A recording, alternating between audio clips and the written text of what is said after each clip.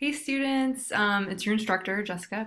I've been getting a lot of messages about SA1, and after reading many of your outlines, I just wanted to clarify some things for you guys. So one of the big things is I noticed a few people were including the other Westmore in their SA1. So I don't want you to do that for SA1, and make sure that you read the prompt. You're only focusing on Carol Dweck's Brainology article and then your own experience. So the thing that the prompt is really asking you is what has shaped your mindset. So what is your mindset? What has it been in the past?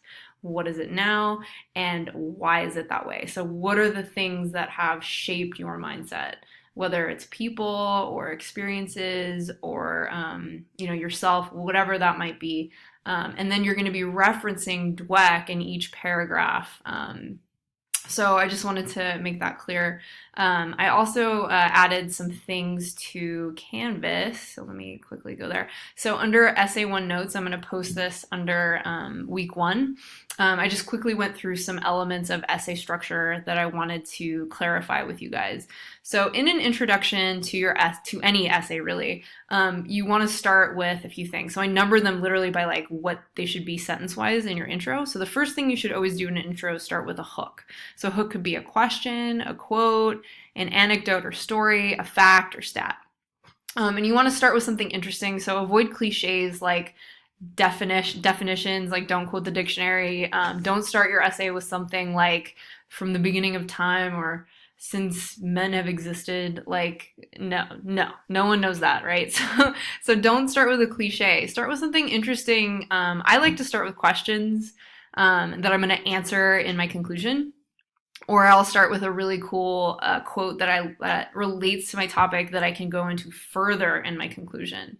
The second thing you want to do is introduce Carol Dweck, author's full name always on first reference, and then the title of the text. You always do this with any essay. Whatever your primary text is, you want to introduce it in your intro. 2 and 3 are kind of, you can switch them out. They don't have to be exactly in that order. And by background on topic, I mean essentially like how are you going to explain that you relate to Dweck and mindset? Like how can you prepare the reader for what you're going to discuss of your own experience of mindset?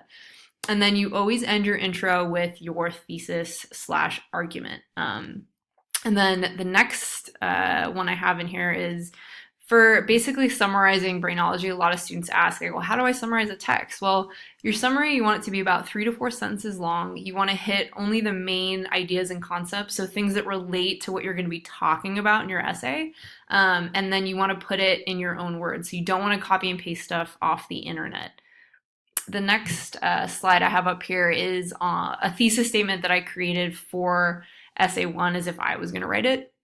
And I color coded it. So I used colors or symbols or just, P1, P2, P3, meaning paragraph, to kind of show you like you always want your thesis to go in order of the topics you're going to discuss in your essay. So you obviously don't want your topic that you discuss second to be first, or the one that you're talking about last in your thesis to be the first thing you bring up. You want to go in order. It just keeps consistency and it's clear for the reader. So for example, my first topic would be due to negative comments from those around me, I developed a fixed mindset as a child. So that's going to be my paragraph 1, right? I'm not going to do that for paragraph 2 or 3. It's number 1. However, in college, I learned that with effort, I could overcome. So that's my second topic. That's going to be paragraph 2. And then finally, now I look at failure as a chance to learn. So that's my bigger so what? That's my final paragraph. And you can use my thesis as a model. Like, don't feel like you're stealing it from me. You can absolutely kind of use what I've done. And then I put up like basic paragraph format, and this is standard. Skyline goes by the acronym PI. So basically point, information, explanation, or tell me, show me, so what. So your point is your argument that relates back to your thesis, right? And then the information is like, because you're going to be using Dweck is going to be your main kind of source in this. So you're going to be quoting her. And then your explanation is where you connect personally with what she's talking about, right? And your explanation is one of the most important parts in your essay. You want to make that long, so 3 to 4 sentences. I also included MLA formatting, so check out Purdue OWL. It's a free resource. They're always on it when it comes to the latest kind of citation style. I know a lot of students use EasyBib, but EasyBib is not always up to date and it's often not correct. So just double check it. And as far as in-text citations, what that means is in your paragraph, when you're quoting Dweck or an author, you always want to do something like start with refer by last name and keep the verb present tense. So it would be like Dweck says, Dweck writes, Dweck states, Dweck comments, or you could say according to Dweck, have a comma, and then put your quote in quotation marks, and then the page number in brackets, and then the period goes after. So you're going to do this every single time you quote anybody. If you're paraphrasing, you do basically the same thing, except obviously you wouldn't have quotations because it's in your own words, but you still will have the page number at the end, just like this.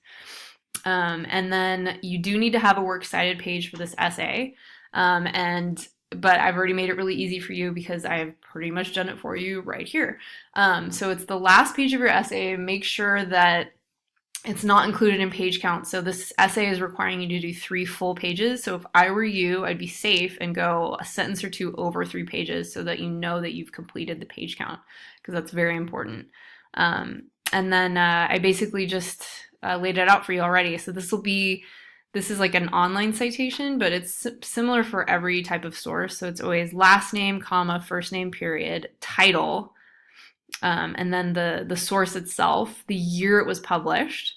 I didn't include the URL, but you can easily just copy and paste it in. And then the access date. So what this tells the reader is when you found the article. So your access date may be different. Like mine was the 13th, but perhaps yours is the 16th, hopefully not, or the 10th, right? So that may change depending on when you view the article. But that's pretty much it. And if you guys have any other questions, please don't hesitate to ask. I'm here whenever you need me. Email me. I get back to students pretty much immediately. So thanks for watching and see you guys soon.